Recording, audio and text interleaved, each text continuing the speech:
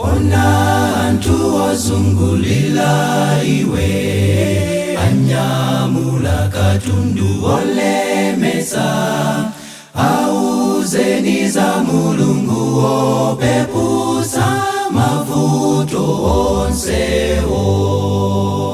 Mbuye ndasochera kutali, ndavutika ndi mafunde opya, popanda mphamvu yanu ndizasochera Mbuye.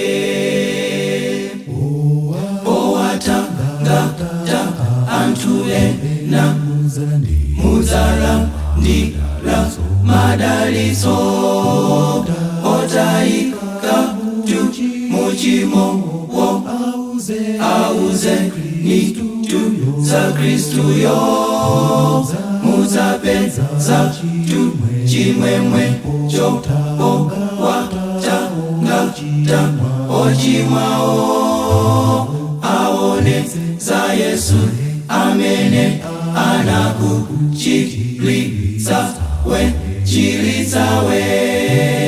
Owatangata anthu ena mudzalandira madalitso, otayika muchimowo auzeni za Kristuyo, mudzapeza chimwemwe chopowatangata ochimwawo, aone za Yesu amene anakuchiritsawe.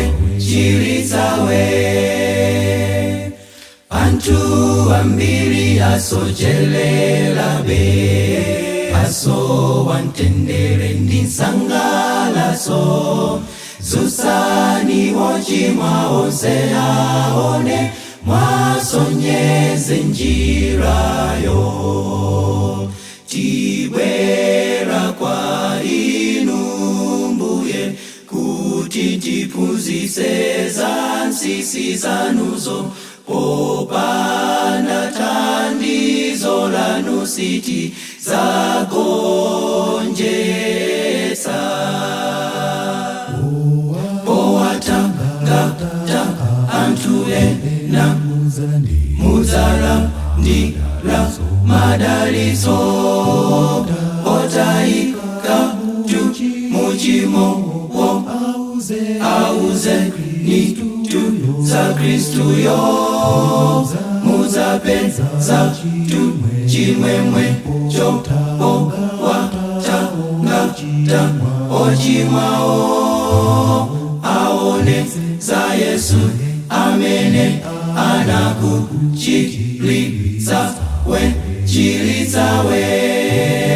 Owatangata anthu ena mudzalandira madalitso, otayika muchimowo auzeni za Kristuyo, mudzapeza chimwemwe chopowatangata ochimwawo, aone za Yesu amene anakuchiritsawe. Aone za Yesu amene anakuchiritsawe. Aone za Yesu amene anakuchiritsawe.